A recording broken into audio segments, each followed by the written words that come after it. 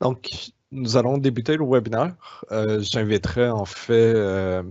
Trevor Moore, qui est notre directeur ERP, à vous présenter un peu d'informations. Puis on a aussi Mme Josée Béchard, qui est le lead de nos solutions GoFinance et GoDistribution, qui va pouvoir un peu vous expliquer qu'est-ce qu'on fait ici chez GSF. Donc, merci à tous et bonne présentation.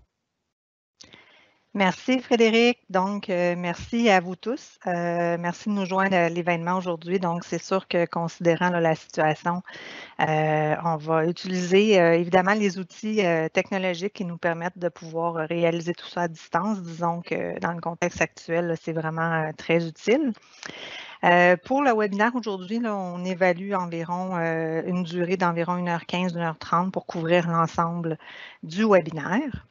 Et pour l'objectif, en fait, aujourd'hui, c'est de pouvoir vous outiller sur quels sont les éléments qui sont à considérer pour la sélection d'un ERP. Aussi, facteur important, c'est comment démystifier un ERP qui souvent là, envoie la perception d'être une trop grande plateforme pour les besoins d'une entreprise qui soit de petite taille ou de moyenne taille. Donc, si, Trevor, est-ce que tu peux aller à la suivante, s'il te plaît? Merci. Donc, si je regarde l'agenda, rapidement, aujourd'hui, on va faire une introduction de qui est Gestisoft. On va couvrir les questions de qu'est-ce qu'un ERP, quels sont les éléments à considérer. Et Trevor va pouvoir justement nous présenter là, la plateforme ERP Dynamics Business Central et démontrer surtout l'interaction des données à travers les données de l'entreprise à travers toute la plateforme. La vision de Microsoft, donc dans une ère où tout avance là, vraiment très rapidement, quelle est la vision et l'objectif de Microsoft pour surtout répondre aux besoins qui sont actuels, mais aussi à ne pas sous-estimer futurs? On va pouvoir aussi vous parler de qu'est-ce que l'offre GoFinance qui a été mise sur pied par Gestisoft. Et on va terminer avec une session là, de questions et réponses. Donc, sans plus tarder, Gestisoft, en fait, c'est une firme qui est spécialisée dans l'implantation des solutions CRM et ERP depuis plus de 20 ans. Nous sommes environ 65 professionnels qui possèdent l'expérience vraiment de nombreux projets, plusieurs centaines de projets, et la connaissance de plusieurs industries. En fait, notre mission première est surtout d'accompagner toutes les entreprises qui visent à mettre en place des outils pour pouvoir optimiser leur processus, que ce soit d'affaires ou opérationnel, qui vont pouvoir, là, évidemment, permettre de supporter et d'optimiser, en fait, les objectifs d'affaires. Nous sommes une boîte qui est entièrement concentrée sur la plateforme de Microsoft, outil que vous allez voir un petit peu plus tard, comme je le disais, là, qui vise à maximiser le partage de communication pour l'entreprise. Et Gestisoft, en fait, est situé, là, juste pour votre information, est situé dans le Vieux-Montréal. On est vraiment situé dans le secteur des technologies. Fait que si on poursuit au niveau d'un ERP, en fait, la définition en tant que telle d'un ERP, c'est Enterprise Resources Planning, qui se traduit par PGI, donc un logiciel de gestion intégrée. Si j'avais à résumer l'utilisation d'un logiciel ERP, j'emploierais surtout le terme centralisation des ressources. En fait, des différentes fonctions de gestion de l'entreprise, que ce soit de la comptabilité à la production, l'approvisionnement, les ventes et les ressources humaines. En fait, un ERP, ça permet d'avoir une meilleure planification de ces ressources-là, de pouvoir réduire les coûts de production, mais en même temps d'augmenter évidemment la productivité. Comment? Parce que tout est en relation, parce que chaque application communique avec l'autre. Vous avez, tu sais, on n'a qu'à entrer une seule fois la donnée pour qu'elle se retrouve partout au niveau de la plateforme. Exemple, si on saisit une commande, ça va venir affecter autant l'inventaire que les comptes clients et le grand livre, à titre d'exemple.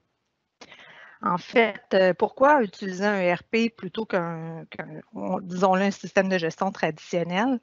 C'est essentiellement parce que c'est une base de données qui est unique, donc une seule base de données. Donc, ce qui permet, bien sûr, une actualisation, en temps réel de l'ensemble des informations.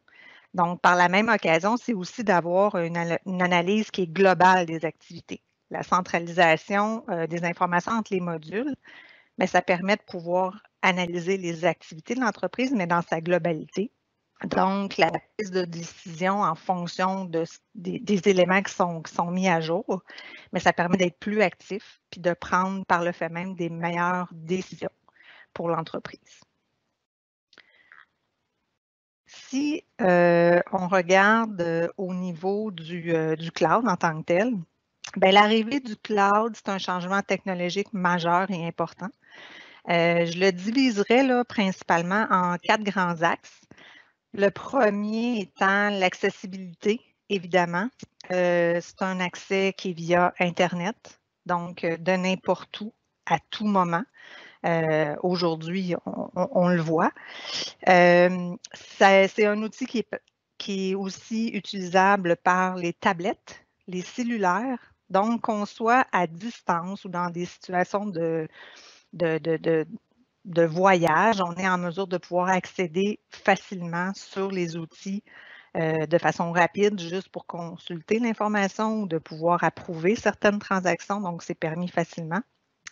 Évidemment, on ne se le cachera pas, le télétravail, mais il y a aussi dans les situations de cas critiques, on ne souhaite pas ça à personne, mais ça arrive des situations, que ce soit des inondations, des feux, on se doit de pouvoir continuer à opérer en tant qu'entreprise, puis c'est facilement accessible, en fait, de pouvoir repartir, de pouvoir accéder de son système à un autre endroit où l'événement est arrivé. Donc, c'est ce qu'on appelle communément le Disaster and Recovery.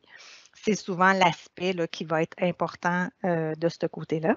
L'autre point important, c'est la sécurité. Donc, souvent, on se soucie de la sécurité, pas étonnant, là, compte tenu de toutes les informations critiques qui sont logées, qui sont stockées dans un système ERP. Puis évidemment, les éditeurs tels que Microsoft, bien, ils ont mis en place vraiment des normes strictes pour protéger les données. On ne se le cachera pas, on a entendu parler dernièrement là, des situations comme Desjardins. Malheureusement, l'information, l'accès à cette information-là n'était pas une faille de sécurité des éditeurs ou de solutions cloud, mais plutôt, disons-le, à l'hommerie, qui est une fraude là, de vente d'informations. Donc, cette sécurité-là, elle est vraiment très présente et est vraiment une priorité de la part des éditeurs tels que Microsoft. Le troisième, je vous dirais, la productivité. Évidemment, le cloud, ce qui nous permet, c'est d'avoir des mises à jour qui sont automatisées de nos plateformes. Donc, on a continuellement les nouveautés qui sont disponibles versus à l'époque où on avait des solutions qui étaient on-prem, donc installées localement. À cette époque-là, les mises à jour se faisaient aux 2-3 ans généralement, puis on avait accès aux nouveautés juste à cette fréquence-là. Tandis qu'avec le cloud, les mises à jour sont automatisées, je vous dirais, aujourd'hui. Souvent, elles le sont, que ce soit une fréquence de 3 ou 6 mois. On a tout de suite accès aux mises à jour. Donc, la productivité de pouvoir bénéficier de ces nouveautés-là se fait immédiatement. L'activation des solutions cloud, c'est aussi une activation qui est rapide. On n'a pas besoin de ressources TI pour pouvoir gérer tout ce qui est la structure TI. Donc, évidemment, on n'a pas besoin de ressources TI internes. Souvent, les entreprises font affaire en impartition avec des gens pour les aider. Au niveau de la structure TI, ça ne veut pas dire qu'ils sont désormais plus du tout requis. Toutefois, les solutions cloud ne nécessitent pas en tant que telles des personnes TI pour faire l'activation. Et je terminerai sur un des impacts majeurs qui est le coût, en fait. Parce que oui, ce qu'on doit souvent quand on évalue notre CTO, là, qui est le coût total des opérations, on doit considérer tout ce qui est inclus dans le coût d'une licence. Donc, évidemment, il y a le coût de la licence en tant que telle, mais il y a aussi tout l'aspect des mises à jour qui sont faites de façon continue. Donc, l'impact des frais qu'on avait aux 2-3 ans avant d'arrêter les opérations, de mettre à jour la base de données, et de pouvoir poursuivre les activités, mais ça, c'est inclus. Le storage du data. Donc, évidemment, on n'a plus besoin de serveurs en tant que tel pour pouvoir loger l'application, mais aussi toutes les données. Donc, ça, c'est aussi inclus. Fait que c'est important quand on fait quand on compare les coûts, de vraiment considérer ces aspects-là qui viennent vraiment diminuer là, l'impact à l'entrée pour pouvoir se permettre des solutions cloud. En résumé, je vous dirais, le ERP Cloud sont vraiment les mieux adaptés pour les petites et moyennes entreprises qui cherchent vraiment un coût d'entrée qui est raisonnable, puis qui permet aussi l'accès à une foule d'outils par la même occasion. Si on regarde au niveau des éléments qui sont à considérer, donc, ils se divisent on a regroupé les 10 éléments qui, à notre avis, étaient souvent les plus considérés. Le premier, non le moindre, évidemment, la vision de l'entreprise, en fait, c'est faire le point sur la personnalité organisationnelle de votre entreprise. Qui êtes-vous, en fait? Vous êtes le mieux placé à savoir qui êtes-vous et où est-ce que vous allez. Puis souvent, la culture de votre entreprise va vous éclairer sur vos objectifs, votre vision à long terme. Puis ça va vous permettre de pouvoir établir des critères pour un ERP qui va vous permettre d'être propulsé au niveau de ces objectifs-là. Fait que la vision de l'entreprise est vraiment à considérer. Pour ce qui est de la productivité, de manière très concrète, l'ERP en tant que tel, c'est un moyen de contrôle sur le fonctionnement d'une entreprise. Fait que le but premier d'un ERP, c'est de pouvoir parvenir à centraliser les informations de l'entreprise, mais aussi de la rendre plus productive.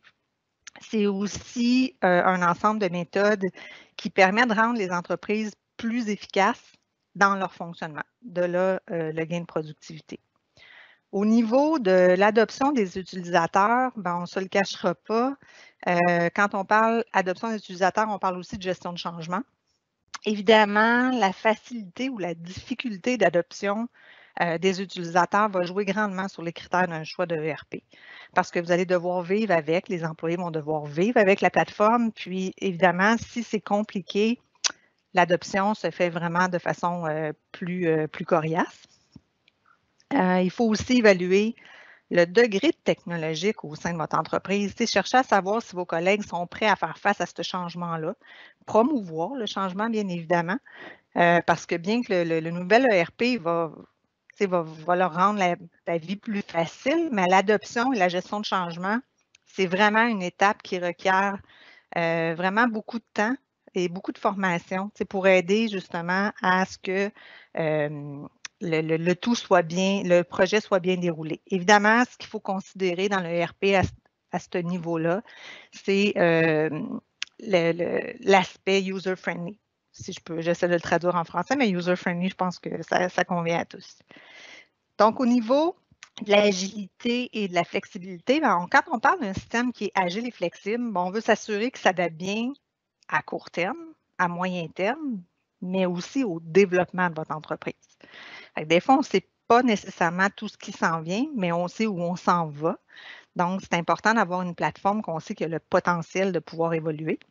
Un bon ERP, en fait, ça va pouvoir s'adapter un peu à l'inconnu, aux facteurs qui ne sont pas nécessairement tout le temps prévus. Puis, est-ce que la solution, en fait, elle va être en mesure de pouvoir vous suivre où est-ce que vous souhaitez aller? Au niveau de la durabilité de la plateforme, c'est sûr qu'un ERP, c'est un investissement. Puis qui dit investissement dit survivre au temps. Donc, il faut se questionner sur sa durabilité, à savoir la solution qui est développée. Est-ce qu'elle est développée par un éditeur qui a une vision, qui voit une évolution, qui a un roadmap, en fait, au niveau des avancements et des nouveautés qui s'en viennent, ou est-ce que c'est développé par quelqu'un, une entreprise privée qui dépend d'une seule entreprise, puis malheureusement risque de venir affecter la pérennité de cette solution-là. C'est aussi de savoir avec qui on fait affaire, puis qu'est-ce qui nous est promis ou quelle est la vision en arrière de ça. Le coût, on en a parlé un petit peu tantôt, c'est évidemment quand on dit combien ça coûte, c'est la question à 1 million de dollars. Il faut évidemment considérer, comme je le disais préalablement, les licences, les coûts, mais il ne faut surtout pas aussi oublier le coût des mises à jour, qui était une charge importante avant. C'est aussi essentiellement d'évaluer le retour sur l'investissement que vous espérez, parce qu'un système ERP, c'est un tremplin pour votre entreprise. Donc, ça ne devrait pas être un poids, mais c'est vraiment un investissement au niveau de la plateforme pour pouvoir vous outiller convenablement, puis d'aller chercher une productivité au niveau de votre entreprise. La capacité des données, tous les systèmes ERP en ont. Tous les systèmes ERP sont capables de gérer beaucoup d'informations. Fait que le défi, c'est d'être en mesure de les interpréter, ces données-là, d'avoir des indicateurs qui nous aident à prendre des décisions. Donc, il y a une valeur ajoutée pour l'entreprise parce que d'avoir beaucoup de data, tous les systèmes généralement ont ça. Comment on les interprète? Quelle information nous est transmise? Ça, c'est vraiment des choses à aller se questionner par rapport à ce que vous cherchez comme capacité d'analyse au niveau de vos données.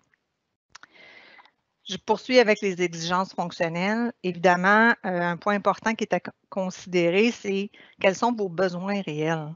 Les fonctions essentielles que vous cherchez au niveau d'une solution, quelles sont les qualités que vous cherchez au niveau d'une plateforme. En fait, il faut se poser la question, quels sont les points faibles?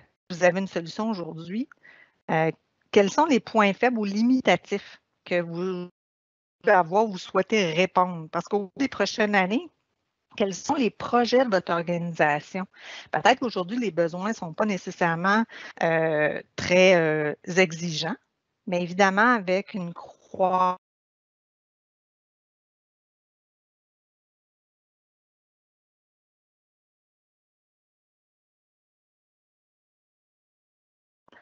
Mais c'est aussi d'accéder facilement et rapidement au système, que ce soit lors d'un déplacement ou à partir d'un cellulaire ou, comme je le disais, de pouvoir, ne serait-ce que des fois, on est sur la route, on a besoin d'aller trouver des choses rapidement. À ce moment-là, ça ne devient pas un goulot d'étranglement au niveau des opérations, ça devient complémentaire de pouvoir y accéder sur téléphone ou tablette. Évidemment, de la maison, sur vos laptops ou toute autre forme d'outils de communication.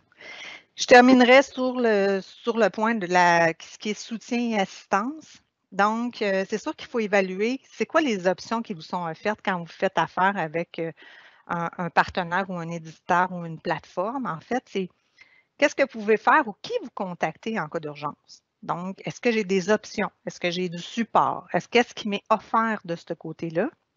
Puis c'est ultimement aussi de penser à s'entourer d'un partenaire, à penser justement au futur, parce que peu importe quels sont vos projets, vous allez avoir des projets, vous allez avoir des buts qui vont se concrétiser au niveau de l'entreprise, vous allez avoir aussi peut-être des embûches. Bien, il faut avoir un partenaire qui va être capable de vous épauler puis de vous aider à pouvoir poursuivre ces activités-là au niveau de la plateforme. Fait que je vous dirais que grosso modo, c'est les 10 points qui nous ont groupés. À ce point-ci, la transition, je vais faire vraiment le passage à Trevor pour qu'il puisse vous présenter c'est quoi les grands axes d'un ERP.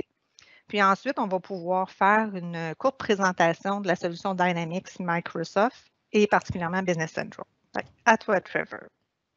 Merci beaucoup, José. Bonjour tout le monde. Merci d'avoir pris le temps. Prochainement, je vais commencer une présentation de la solution Microsoft Dynamics 365 Business Central, qui est une des composantes des différentes solutions cloud que Microsoft a à Star. Aujourd'hui, on va faire un survol de l'application et on va passer un peu de temps particulièrement sur les finances et les rapports, mais il faut bien comprendre que c'est une solution ERP, comme José a mentionné, puis l'envergure de qu'est-ce que la solution peut gérer est beaucoup plus gros que qu'est-ce que je vais présenter aujourd'hui. Ça inclut la capacité de gérer la fabrication, la distribution, l'entreposage, évidemment les ventes. On peut aussi gérer des projets, suivre le temps sur les projets, tout ça d'une façon intégrée dans un seul système. Je vais commencer mon présentation. Évidemment, Business Central fait partie de les solutions cloud de Microsoft. Si vous utilisez aujourd'hui Office 365, vous êtes habitué, vous avez un utilisateur. Il y a un seul identité que tu vas utiliser pour accéder à l'ensemble de le cloud Microsoft. Fait que toutes les différentes applications que tu t'abonnes, exemple Outlook, Word, Excel, dans notre cas Dynamics 365, sont accessibles avec une identité, un utilisateur à gérer. Ici, je vais aller voir la section Dynamics 365. Puis, il y en a plusieurs apps dans Dynamics 365. Celle qui nous intéresse aujourd'hui, c'est le Business Central. Fait que je vais ouvrir mon application Business Central. Business Central, c'est une application qui est gérée par rôle. En effet, tous les utilisateurs ont accès à différents rôles. Dans ce cas-là, j'utilise un rôle qui s'appelle Business Manager. Ça, c'est un rôle général pour une petite entreprise où quelqu'un porte plusieurs chapeaux. Fait que c'est un rôle assez général. Mais il y a toute une série de rôles disponibles à les utilisateurs. Exemple, fabrication, gestionnaire de projet, acheteur, comptable, compte recevable, compte payable.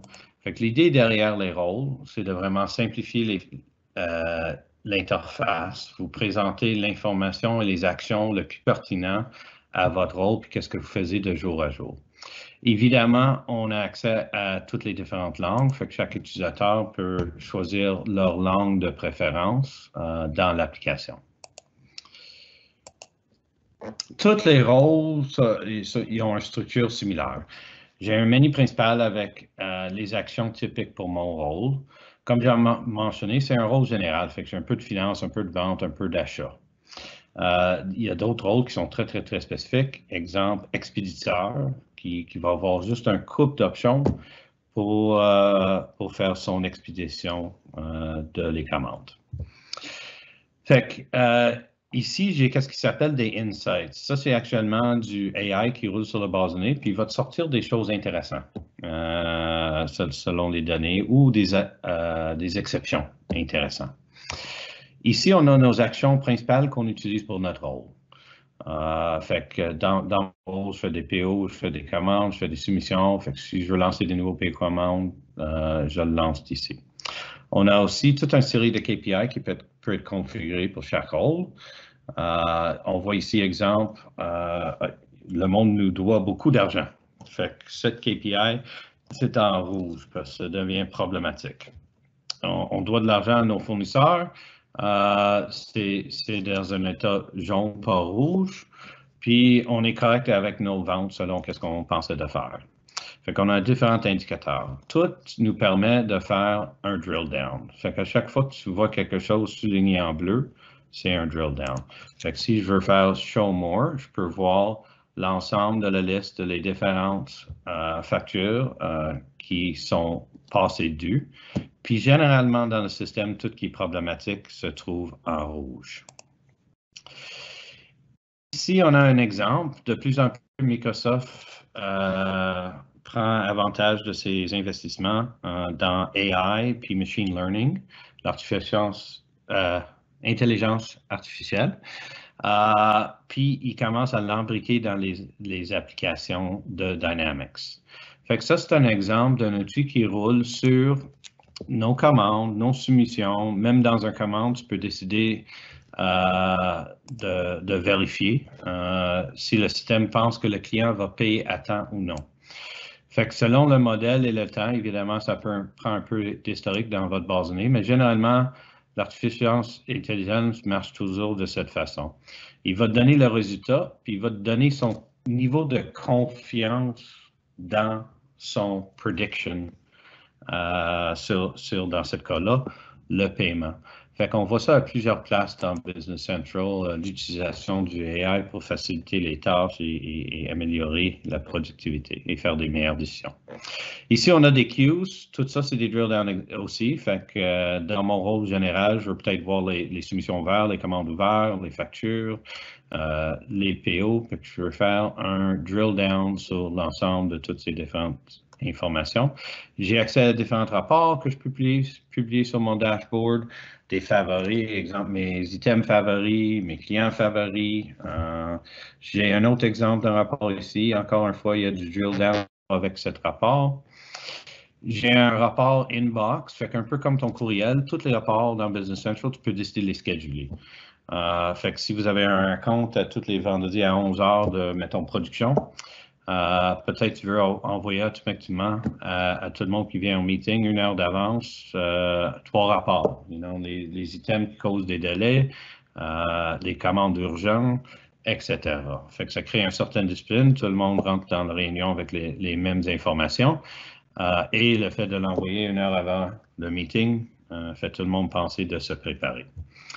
On a aussi accès imbriqué dans Business Central à Power BI. Power BI, c'est l'outil d'intelligence d'affaires de Microsoft qui est cloud.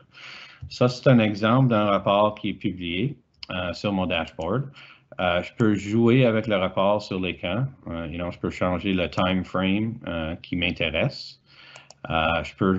Puis le rapport va s'ajuster tout de suite. Je peux mettre un focus sur un item en particulier, puis le rapport va continuer à se modifier. Mais qu'est-ce que je trouve le plus important? Je vais aller dans Manage Report. Je vais éditer mon rapport.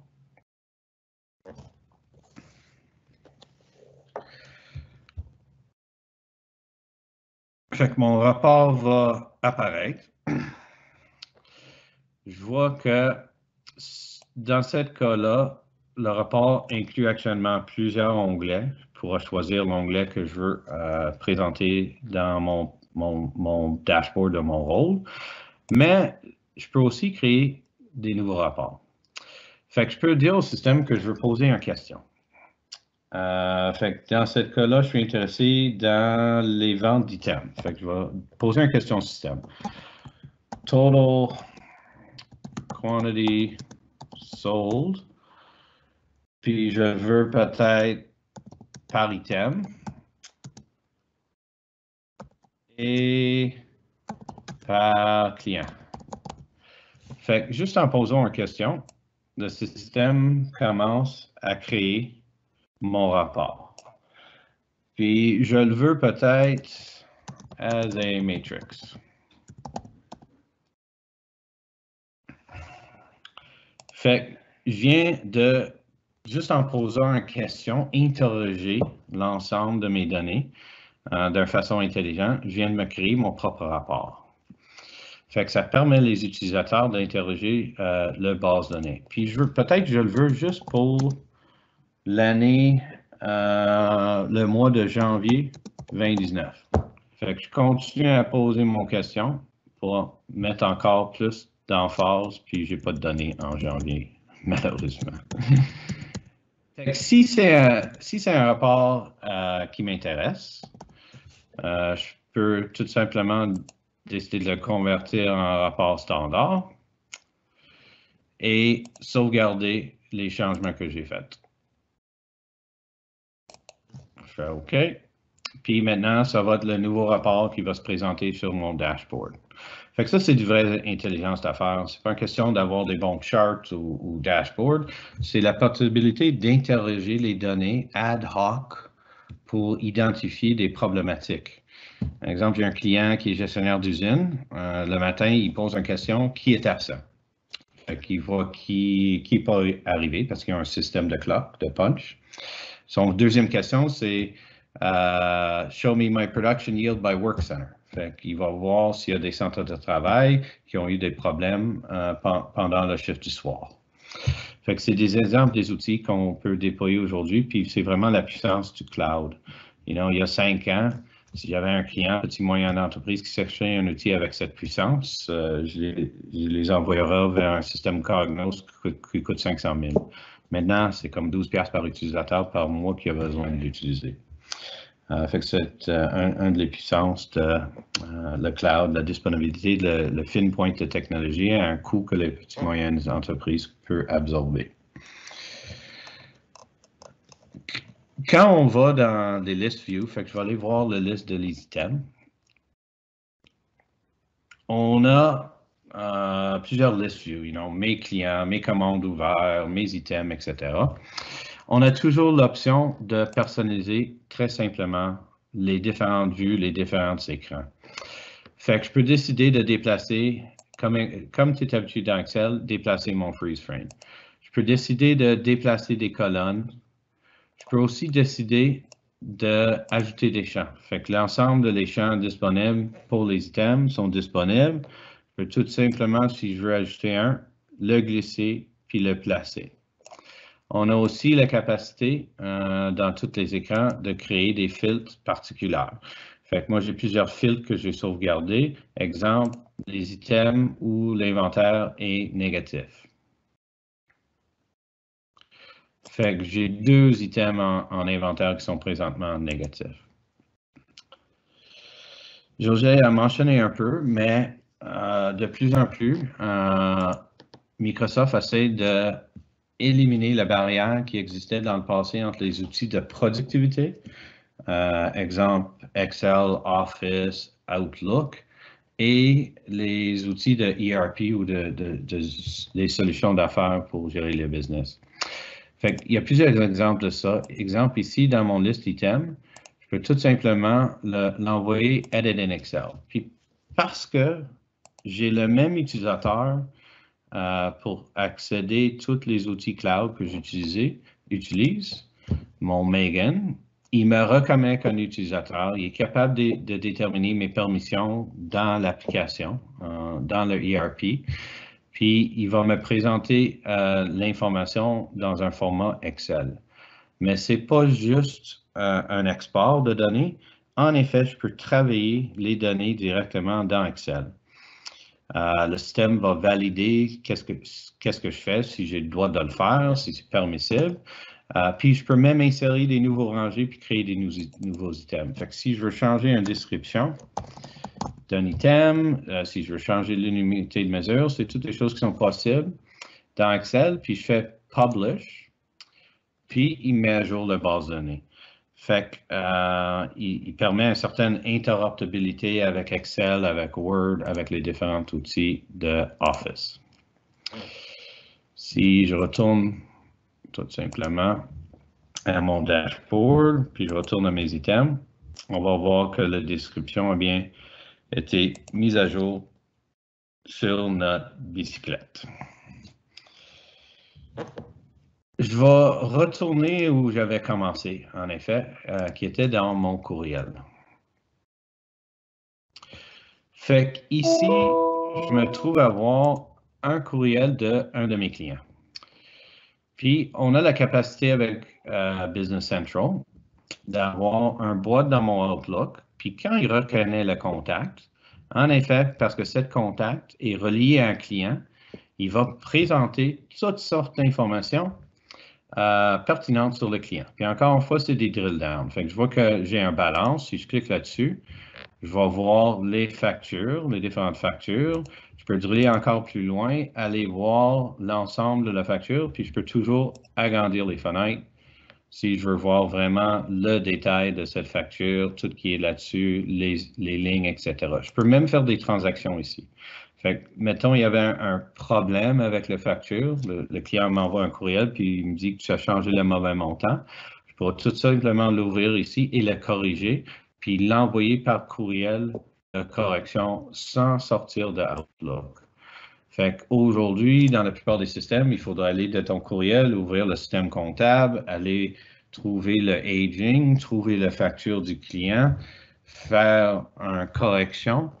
Après ça, peut-être le sauvegarder comme PDF et le envoyer par courriel. Dans ce cas-là, par exemple, qu'est-ce que le client cherche? C'est qu'il y a une nouvelle salle de conférence, puis il nous demande de soumissionner pour la nouvelle salle de conférence 7 London chairs and 2 conference tables. Fait que moi, je vais en effet créer une soumission. C'est un bon exemple comment on peut travailler ensemble. Fait que l'item qui m'intéresse, il a détecté les 2 items. Même si la description ne matchait pas à 100%, exemple, Antwerp Conference Table, il sait que c'est celle-là. Si j'aurais eu 2 Conference Tables, il m'aurait demandé lequel est le bon. Puis, il a détecté les quantités, même si une fois je l'ai mis en chiffre, l'autre fois je l'ai écrit. Fait que je peux juste tout simplement confirmer, puis il vient de me créer une soumission avec tous les détails, les prix, etc. pour le client. J'ai une soumission qui est prête à aller, tous les détails sont bons, puis je peux tout simplement l'envoyer par email. Fait qu'il prépare le courriel, puis tu vas voir ici qu'il y a un template. Ça, c'est tout simplement un template Word qui est utilisé par le système pour remplir des détails de le email. Puis j'ai un PDF attaché. Je peux tout simplement envoyer mon courriel. Fait encore une fois, c'est une question de productivité. Quand la barrière entre les systèmes, les outils de productivité de bureau comme Outlook, Excel et le système ERP sont éliminés, ça facilite un gros gain de productivité pour tous les utilisateurs. Dernière chose que je vais montrer vite, je vais changer mon système à mode tablette.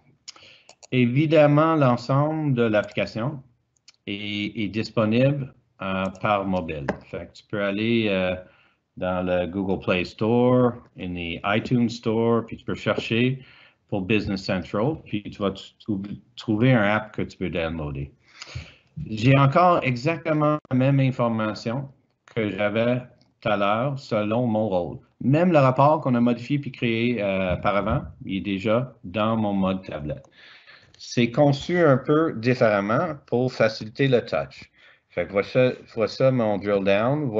Voilà mes actions principales, créer des soumissions, créer des PO. Je peux aller voir, exemple, mon client. Et les écrans sont un peu plus gros, ça facilite un peu le touch, mais c'est pas conçu comme un outil de mobilité pour l'équipe de vente. C'est disponible pour tous les rôles, toutes les fonctions disponibles dans l'ensemble de l'application sont accessibles sur le mobile. Fait que j'ai des situations, des clients, exemple, j'en ai un, les gars de qualité. Je les ai montré la app, puis ils enregistraient les résultats de qualité sur le plancher de production sur papier. J'ai introduit l'app à un des utilisateurs. Je reviens un couple de mois plus tard, puis tous les gars de qualité utilisaient leur téléphone, puis saisit les données en temps réel au lieu de sur papier. Fait qu'il y a de l'application à l'extérieur des ventes.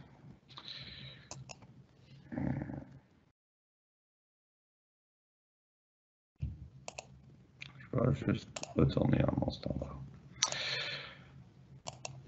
OK, puis je voulais aussi passer un peu de temps sur le finance. Fait que je vais changer de rôle. À date, on était dans le rôle Business Manager que j'avais mentionné. C'était un rôle un peu général. Ça se trouve être juste un autre exemple d'un rôle. Fait que tu vois que la structure du page rôle est similaire. J'ai mes menus principales, mes actions principales, j'ai différentes KPI. Mais l'information est complètement différente pour cet utilisateur. Fait qu'ici, on parle des journaux, on parle de le cash flow, on parle de l'immobilisation et différents types de transactions. Un rapport que j'ai qui est un différent, j'ai un rapport de cash flow. Fait que si on commence peut-être avec le charte de compte. Le charte de compte dans Business Central is indented.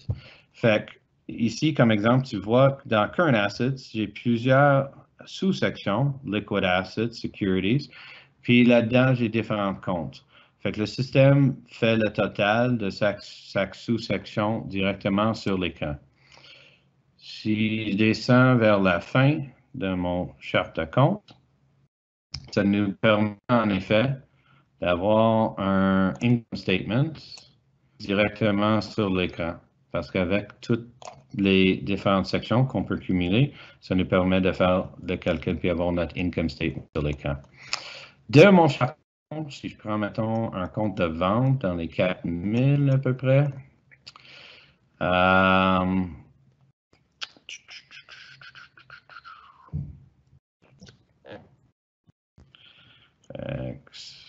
celle-là va être bon, je pense. Fait que mes ventes domestiques.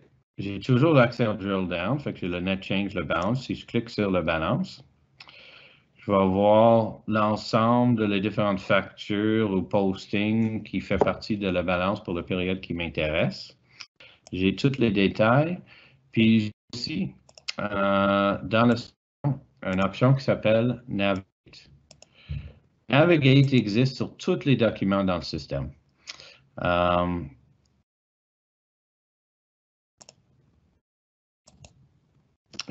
Navigate. Fait qu'est-ce qu'il va faire? C'est qu'il va ramener toutes les transactions reliées à ce document. Fait évidemment, on avait un facture. Si je clique encore, je peux toujours faire un drill down sur tout qui est bleu. Ça va m'ouvrir le facture directement sur l'écran. Fait que j'ai la capacité de faire un drill down de chaque compte directement à tous les documents.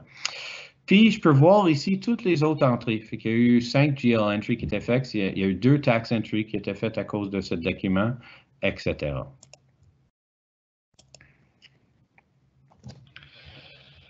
Un autre concept important et puissant dans le système financier de Business Central, c'est le concept de dimension.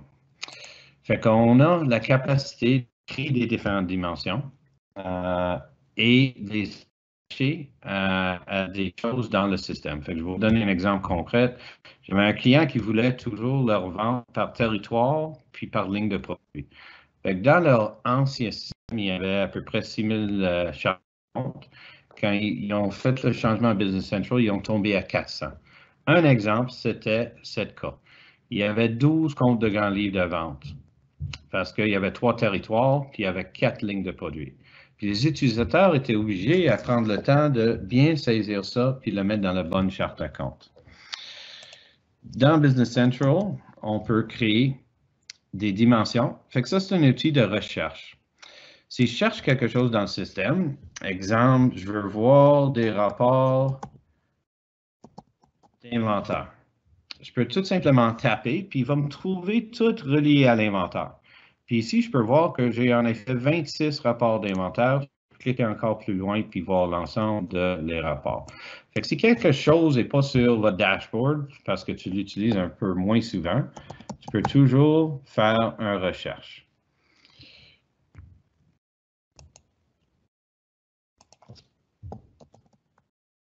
Fait qu'ici, j'ai mes dimensions et j'en ai plusieurs configurées dans cette base de données. Il n'y a vraiment pas le nombre que tu configures. Mais dans mon exemple, j'avais monté similaire au client un territoire. Puis si je vais là-dedans, j'ai 3 valeurs dans mon territoire. Canada Est, Ouest et Central. Après ça, il y avait une ligne de produits. Puis il y avait, je pense, 3 ou 4 exemples de ligne de produits. Fait qu'un produit soit un accessoire, un chaise ou une table. Après ça, on a la capacité d'attacher à différentes choses dans le système, par exemple les clients, les entrepôts, les vendeurs, les dimensions. Fait que si je regarde un client, en effet, dans tous les clients ou les ship-to du client, ils ont attaché les dimensions. Fait que dans 7 clients, on voit qu'il y a plusieurs dimensions, mais le territoire est assigné. Puis, on a dit c'est le territoire ouest, 7 clients, puis il y a un couple d'options ici. Same code veut dire que personne ne peut le changer. Chaque document qui est créé avec 7 clients va inclure le territoire ouest. On peut laisser ça vide puis dire que le code est mandatory. Ça veut dire que les utilisateurs ne peuvent pas compléter le document sans le remplir. On peut dire qu'il y a no code ou on peut le laisser vide, puis c'est à l'utilisateur de décider s'il remplit la valeur ou non. Typiquement, la plupart du temps, c'est same code parce que c'est plus facile à gérer. Sur les items, la même chose. On a mis pour chaque item, en effet, un product line prédéfini pour l'item. Qu'est-ce que ça donne en termes d'analyse? On a un outil qui s'appelle Analysis Views, premièrement, qu'on peut créer des différentes Analysis Views. Il y a un outil de générateur de rapport financier. Puis, il y en a un ici que j'avais monté. On regarde en effet le revenu, fait que les comptes de GL entre ça et ça. Je vais aller voir une date en particulier, fait que 2019, 1er janvier à, mettons, 2019, mars le 31. Fait que je définis une période qui m'intéresse. j'ai toutes sortes d'options. Est-ce que je veux, le actual, le budget amount, les variances, etc., que je peux jumeler quand je crée mon rapport et avec le rapport. Puis, je veux le voir d'une façon traditionnelle. Fait que ça, c'est très traditionnel. J'ai mes comptes de grands livres dans les 4000, puis je vois par période. Dans ce cas, on regarde des mois. Ça peut être des semaines, des quarts, des années. Les montants. Puis, j'ai toujours la capacité de faire un drill down. Ça, c'est assez standard. Mais eux autres, qu'est-ce qui les intéresse, c'est de le voir par territory, par exemple. Fait qu'on peut aller voir le même rapport par territoire, puis maintenant, les comptes de GL, puis maintenant, les montants sont divisés par territoire. Fait que je vois que j'ai des différentes valeurs pour différentes choses dans mes différents territoires. Puis, en effet, l'analyse qui les intéressait le plus, c'était par territoire et product line. Puis peut-être, je veux voir juste un mois dans ce cas-là. Et maintenant, je vois pour le mois de janvier 2019, j'ai mes revenus divisés par territoire et par ligne de produit. Fait qu'en effet, chaque écriture qui est faite au journal va inclure les dimensions pertinentes ou configurées pour ce client, ce fournisseur, cet entrepôt, etc. Fait que ça nous permet une meilleure analyse financière. Puis ça évite des erreurs. Le client que je parlais, ils ont réalisé après 1-2 mois que leurs données n'étaient même pas bonnes parce que c'était trop exigeant aux utilisateurs de choisir le bon GL pour chaque ligne de chaque facture pour les 12 comptes de GL à choisir. Ici, c'est configuré automatiquement, fait qu'il n'y a pas d'erreur, puis on s'assure une meilleure qualité de nos données. On a aussi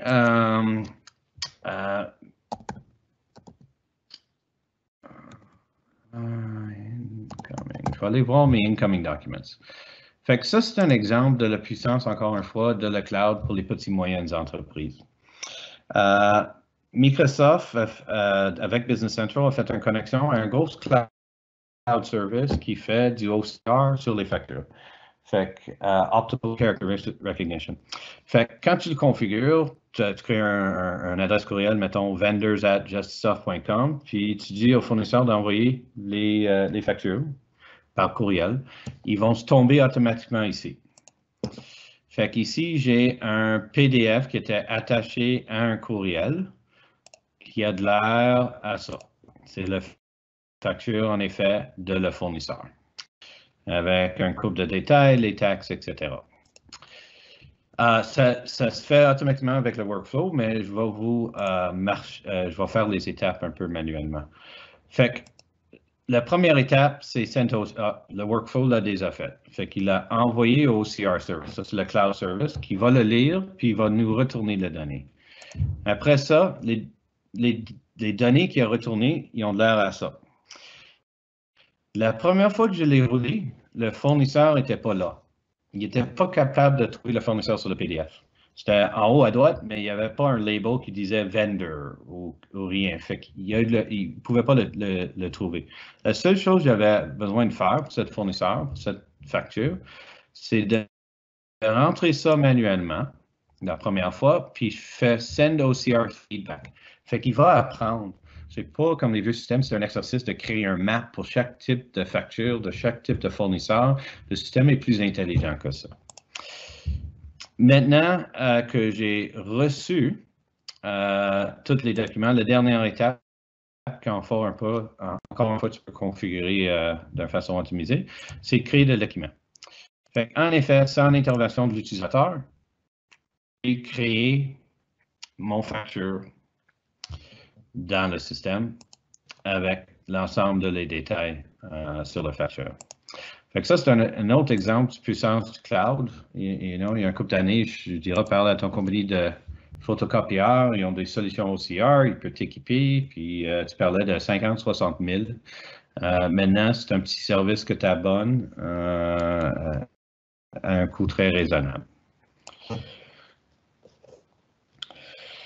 Juste pour finir, avant de repasser à José, deux choses que je voulais juste passer un peu de temps. Microsoft a qu'est-ce qu'il appelle un App Store. Fait que l'ensemble des solutions cloud de Microsoft, il y a d'autres partenaires qui bâtissent des solutions qui sont imbriquées avec.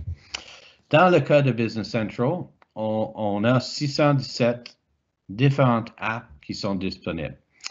Fait que, quand José a parlé de c'est important d'avoir une vision du futur puis d'avoir la flexibilité. Mettons aujourd'hui, un magasin. Mais ça se peut que dans votre entrepôt, tu veux mettre un magasin pour counter sales. Ben ici, il y a un petit app, POS, qui est complètement imbriqué avec Business Central. Mettons, tu commences à louer de l'équipement. Mettons, tu veux créer un Shopify e-commerce store. Fait qu'il y a déjà toute l'intégration de bâti avec cette app. Mettons, tu veux faire le payroll interne. Tu as besoin de faire des charges à des cartes de crédit. Il y a toutes sortes d'apps que tu peux installer ici sans intervention. Tu cliques là-dessus, ça s'installe. Tu n'as pas besoin d'un gars IT de l'installer, le configurer, mettre l'application. Fait que ça génère une certaine flexibilité. Il y a un an, il y avait en bas de 40 solutions. Fait que c'est un écosystème très, très actif, puis ça s'évolue assez vite. La dernière chose, c'est comment apprendre la solution. Fait on a un rôle à jouer là-dedans comme partenaire, mais Microsoft a pris une décision, il y a un couple d'années, de mettre tout l'ensemble de les formations sur l'ensemble de leurs solutions cloud disponibles au public, sans frais. Fait que cette site s'appelle Microsoft Learn. Puis tu peux trouver toutes les solutions cloud. Ça, c'est des formations qui étaient disponibles par avant quand tu payais pour une certification ou tu étais un partenaire peut-être. Mais maintenant, l'ensemble des Learning Paths sont disponibles. Pour Business Central, on a 22 Learning Paths. Use Journals, comment utiliser les journaux. Un Learning Path inclut plusieurs sections. Fait que set up your journals, create and process journal entries. Là-dedans, il y a plusieurs courses de plusieurs longueurs. Il y a des petits tests pour valider votre information. Fait qu'en total, avec tous les learning plans qui existent, il y en a à peu près 111 différentes cours parmi tout ça. Fait que c'est sûr que c'est un système très adapté. Il y a beaucoup d'opportunités d'apprentissage, puis il y a une très grosse communauté qui utilise l'application. Je vais retourner à mon présentation juste pour finir, avant de passer à José. Fait qu'on a vu un peu un survol, mais j'avais mentionné évidemment la portée de l'application est plus large de ce qu'on peut voir aujourd'hui. Et je voulais retourner ici pour faire un sommaire. Fait que la vision de Microsoft avec leur solution cloud, c'est de faciliter la productivité. Microsoft talks about empowering every individual.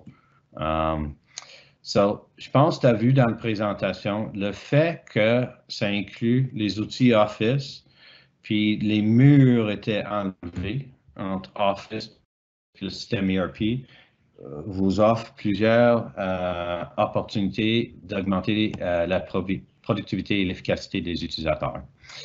On a aussi tous les outils CRM et ERP qui sont dans Dynamics. On a vu Business Central aujourd'hui, mais il y a d'autres aspects de Dynamics 365. Business Central, c'est vraiment la solution ERP, petite moyenne entreprise, mais aussi des solutions genre CRM et autres qui peuvent s'appliquer à votre business ou votre petite moyenne entreprise éventuellement. En termes de vision de fournisseur, si vous êtes un plus petit entreprise aujourd'hui, mais dans 10 ans, tu deviens une très grosse entreprise, c'est sûr que Microsoft va vous suivre. Et évidemment, tous les investissements de Microsoft, 18 billion a year, a un bénéfice pour les utilisateurs de Dynamics, pas comme les autres systèmes. Fait le fait que Microsoft est l'éditeur, puis les systèmes se parlent, puis c'est dans tout le même cloud pour Microsoft, de plus en plus, ils embriquent la puissance de leurs autres investissements. Comme je vous ai démontré un couple de places, on voit aujourd'hui de l'intelligence artificielle qui est configurée out of the box. Les outils de Power BI qui sont très puissants pour les utilisateurs. Au lieu d'attendre le département IT pour un rapport, tu peux tout simplement poser des bonnes questions à vos données et générer des rapports utiles. Et tout ça se tient sur le cloud platform de Microsoft, qui inclut le Common Data Service, Power Apps, Flow.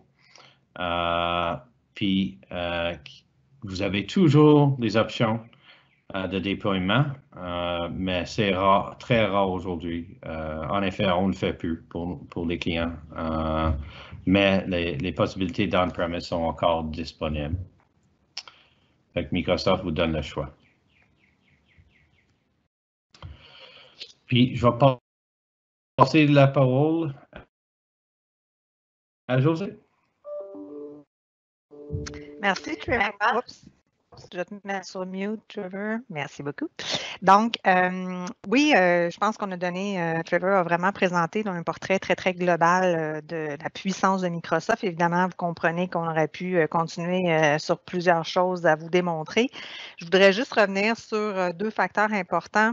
Évidemment, Trevor a montré d'entrée de jeu que la plateforme est disponible en de multiples langues.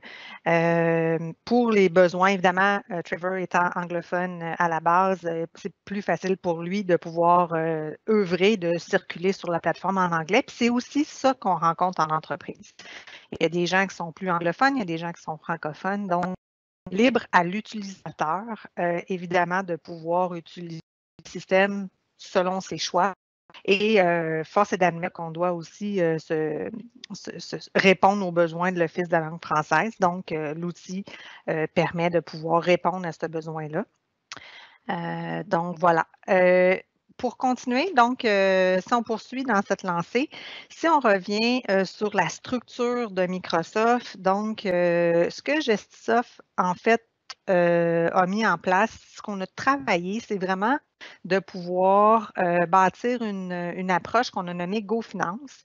Et cet objectif-là, c'est de rendre accessible à toutes les entreprises de toute taille la possibilité de pouvoir déployer la base, donc la structure, finance, tout le monde a besoin de ça. Toutes les entreprises de toute taille ont besoin de pouvoir minimalement implanter les fonctions de base finance. Donc, souvent, ce qui pourrait être requis, là, justement, ça va être la base, évidemment, mais après ça, on va être en mesure de pouvoir poursuivre avec ce même outil ERP-là et de pouvoir, comme on le disait tantôt, venir joindre que ce soit les besoins de vente, les besoins de distribution, de fabrication, ultimement. À tout le moins, si vous voulez conserver seulement les fonctions de base, beaucoup d'entreprises, beaucoup de nos clients sont implantés et conservent les fonctions finance. Mais souvent qui sont appelés à évoluer dans la capacité ou dans le volume transactionnel. Donc, le système de pouvoir supporter tout ce volet-là. Si on regarde au niveau de l'approche, Trevor, si tu veux bien passer seulement à la présentation suivante, s'il te plaît. Trevor, si tu peux juste avancer sur la présentation suivante, s'il te plaît, pour... je ne sais pas s'il y a un délai dans notre communication. Bon. Oui, en fait, il a changé la présentation. C'est maintenant ta présentation sur GoFinance. Ah, bah, parfait. Donc, merci beaucoup. Alors, fait que toutes les entreprises, comme je disais, ils ont besoin vraiment là, de pouvoir contrôler le volet financier. Puis, Gestisoft, en fait, dans la réalisation de ces nombreux projets, force est d'admettre qu'on, malheureusement, on se voit souvent remplacer des fonctions de base qui ont été implantées dans les entreprises. puis qui sont rendus limités, soit par les fonctions qui sont non disponibles, mais qui sont devenues essentielles pour l'entreprise, ou par sa capacité de pouvoir gérer un volume transactionnel. Donc, finalement, la complexité de gestion aussi qui peut se présenter dans les entreprises de plus grande taille ou qui ont de multiples entreprises et qui ont besoin de mettre en place ne serait-ce que les fonctions de consolidation, d'interco. Donc, même si ce sont des fonctions finances, ce sont des besoins souvent plus complexes. Donc, parmi les coûts, ce qu'on parlait préalablement, les coûts qui sont à considérer dans une plateforme, c'est aussi tenir compte des coûts importants qu'on appelle des coûts de remplacement. En fait, il ne faut pas sous-estimer le fait que quand on débute avec une plateforme et qu'on doit faire un changement de solution, bien évidemment, il y a des coûts qui y sont attachés. Puis, il faut les considérer dans notre estimation de solution. Donc, nous, ce que Gestif a voulu mettre sur place, c'est de pouvoir rendre disponible, comme je le disais, la solution. On a mis en place une approche qu'on appelle prescriptive. C'est quoi? En fait, l'approche prescriptive, c'est de pouvoir établir la base rapidement de la structure financière. Prescriptive, pardon, parce qu'on avance avec des ateliers qui sont vraiment très définis, avec un calendrier qui est cédulé et respecté, donc de façon mutuelle. Et on rend disponible aussi des vidéos et du matériel didactique qui est adapté à chacune des interventions. Trevor, tantôt, a montré justement le volet, disons, Microsoft University qui nous permet encore même d'aller plus loin au niveau des formations, que ce soit lorsque vous avez des nouveaux employés ou des gens qui n'ont pas bien saisi ou retenu l'information lors des ateliers.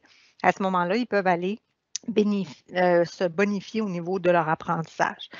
L'objectif de GoFinance, c'est d'avoir un ROI, un retour sur investissement rapide suivant la mise en production.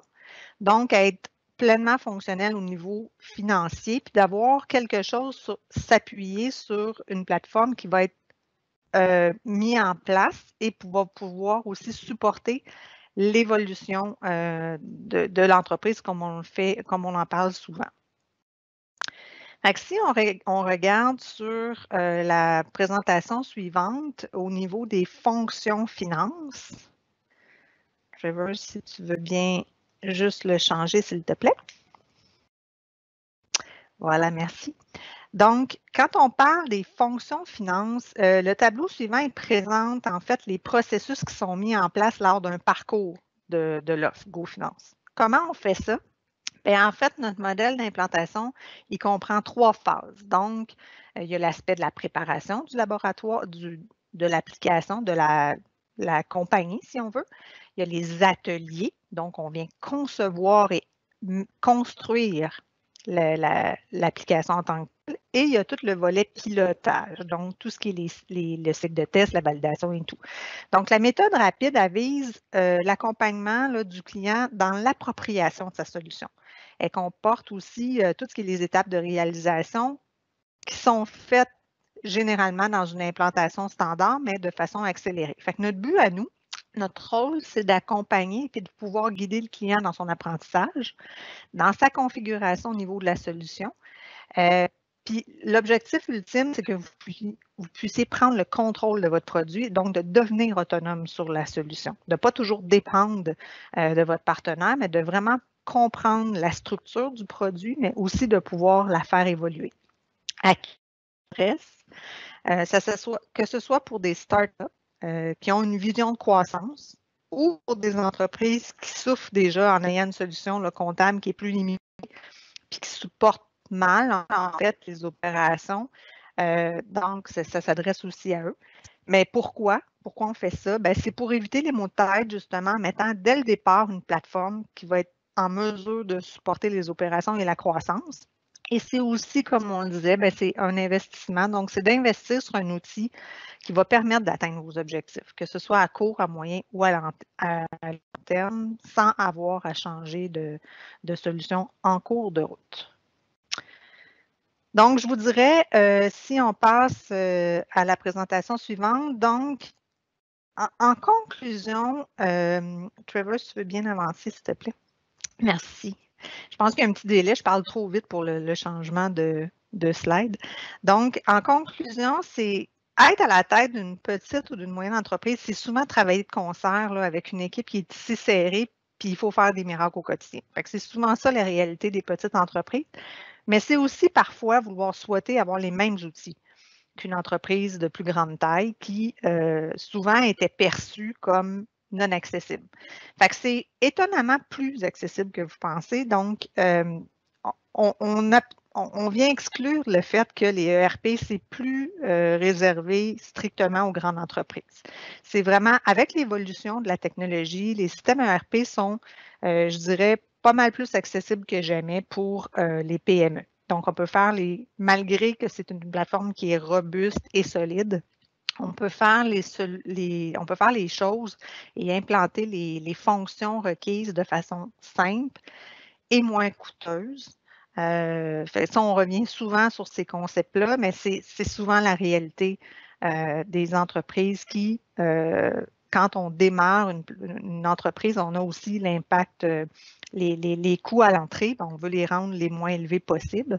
Donc, c'est une façon de pouvoir atteindre cet objectif-là, je vous dirais. À ce stade-ci, ça résume pas mal les objectifs qu'on avait aujourd'hui souhaité atteindre avec vous. Je pense qu'on est pas mal dans les temps. Et si, Frédéric, tu le veux bien, on pourrait débuter avec les questions et réponses. Donc, tu peux laisser. Oui, exact.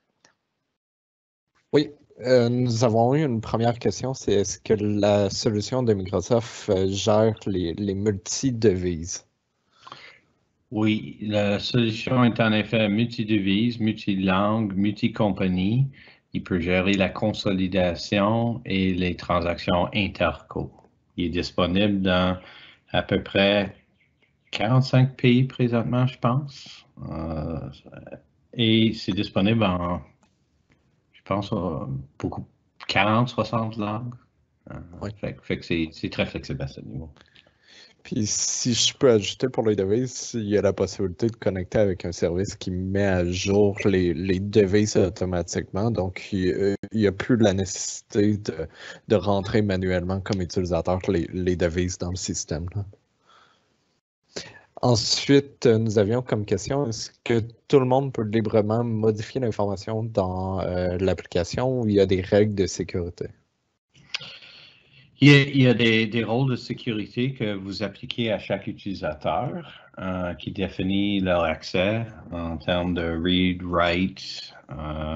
Même quand tu fais un export, exemple, vers Excel, il va valider les droits les utilisateurs. Si quelqu'un envoie l'Excel à quelqu'un d'autre, quand il l'ouvre, il va valider leur sécurité, puis peut-être les permettre de voir certaines informations. Fait qu'il y a un couche de sécurité très robuste que tu peux appliquer. Aussi, est-ce que l'application peut se connecter avec d'autres applications? Oui. Fait c'est un outil moderne qui inclut ce qu'on appelle des REST APIs. Si vous n'êtes pas technique, pensez-y comme un Universal Translator un peu entre les applications. Mais c'est une façon très moderne de parler entre deux applications. Il y a aussi dans AppSource plusieurs connecteurs à plusieurs autres systèmes existants. Il y a aussi un outil qu'on a développé chez Justify iBroker qu'on utilise dans certains contextes d'intégration. Fait qu'il y a plusieurs options, incluant des options le plus modernes. Puis, concrètement, en fait, c'est quoi vraiment la différence entre un logiciel comptable et un logiciel ERP? C'est une question de portée. Toutes les ERP incluent un logiciel comptable. C'est la base. Quand on parle de ERP, on parle de commencer à gérer l'ensemble des opérations d'une entreprise. Fait que les ERP ont un scope très grand, service, production, projet, Typiquement, ils ont des modules qui peuvent s'appliquer à l'ensemble des opérations de votre entreprise. Un système comptable se limite à la comptabilité. Mais encore une fois, toutes les ERP incluent typiquement de base le parti financier parce que toutes les transactions opérationnelles doivent gérer des transactions financières. Fait qu'il y a toujours un lien entre les deux. Nous avons une autre question. Donc, ça serait vraiment possible de connecter un CRM custom avec ce système? Oui, la méthode de connexion va dépendre de la technologie de l'autre côté. S'il y a accès à des API ou des REST API, c'est la méthode préférable. Si l'outil n'a pas ces possibilités, on a toutes sortes d'options qu'on peut regarder.